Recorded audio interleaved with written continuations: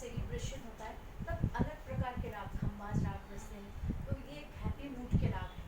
तो अलग अलग परिस्थितियों के लिए, अलग अलग सिचुएशंस के लिए अलग अलग, जो बॉलीवुड सॉन्ग्स में भी बहुत सारे सॉन्ग्स इसी राग पर आधारित हैं, जो सुनने में ही आपको लगता है कि आप खुशी से झूम रहे हैं ना, दुखित हो रहे हैं।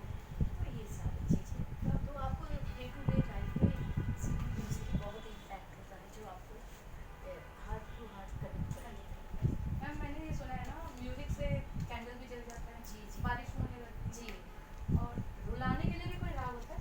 जी जी, जैसे कि आप कोई भी जो मैंने बताया, जो तोड़ी मुल्तानी, जो जितना कोमल राग, जिस स्वर में जितना कोमल लगता है, तो वो सारे हमारा फोक म्यूजिक से आया है। अगर हमारा इंडियन क्लासिकल म्यूजिक देखो, बहुत पहले से ही होता था। विदाई में लड़की जा रहे हैं, किसी के डेथ हो गया, तो विशेष प्रकार की धुन होता था, उसी धुन को हमने राग में कन्वर्ट कर और तो मैम आप ये बताइए, आजकल का क्रिकेट उनको भी गाना सीखना जरूरी है, अगर ये एसेंशियल चीज़ है। बहुत है, क्योंकि उनके ज़िंदगी में इतना स्ट्रेस है, इतना टेंशन है, तो जो उनको इसको एक्सप्रेस करने के लिए तो एक जरिया चाहिए, तो music is the best way. जब बॉस से लड़ाई करके आए लड़ाई हैं, होके आए तो घर पे गाना गा दो। अगर बीवी से लड़ाई है तो घर पे गाना गा दो। इनफैक्ट गाना गाने से दोस्ती भी हो जाती है। बहुत ऐसा मुझे लगता ढेर है। सार और बच्चों के लिए तो और अच्छा है, बच्चे के अंदर में इतना कॉन्फिडेंस आ जाता है उसके अंदर में, तो वो म्यूज़िक एंड डांस उनका एक अलग पर्सनैलिटी बनाती है। मुझे याद है जैसे बहुत छोटी थी तो हिंदी के इतने लंबे लंबे कविता होते थे जो कि रटने में बहुत ही टफ होता था। उसको ना पर्टिकुलर एक रिदम में उसको मैं कन्वर्ट कर देती थी, तो वो फिर लर्न करना इजी होता था। उसको गाने में कन्वर्ट कर देते थे, फिर वो इतना लंबा भी होता था, हिंदी के कविता बहुत लंबे लंबे होते थे, तो वो मैं इजीली रट लेती थी। अभी अब फिर मुझे लगता है कि अच्छा कोई चीज़ को आप ये रिदम में आप जब भी कन्वर्ट करते हो, बहुत मज़ेदार लगता है।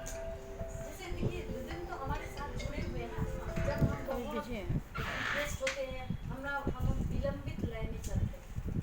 जब हम बहुत तेज़ में एंजाइटी में होते हैं बहुत, तो हमारा द्रुत लय चलता है, और जब हम बिल्कुल बैलेंस में होते हैं तो मध्य लय में चलते हैं। तो राग में भी वही है, राग जब आप गाते हैं विलंबित, मध्य लय, द्रुत लय, तो इसमें वही यूज़ होते हैं, तो मतलब एक हमारा नेचर के साथ म्यूज़िक जुड़े हुए हैं।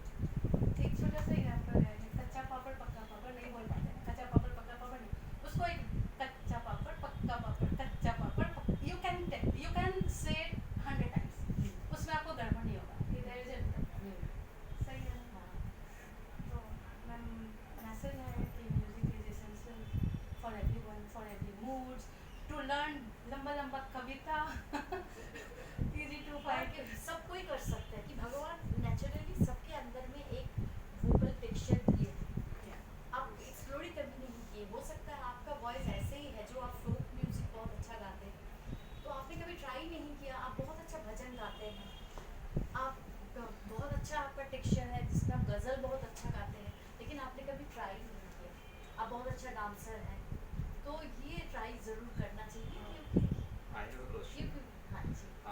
फॉर दोस्त कि कैसे कोई अपने आप को आइडेंटिफाई कर पाएगा कि उसके पास जो वोकल क्वालिटी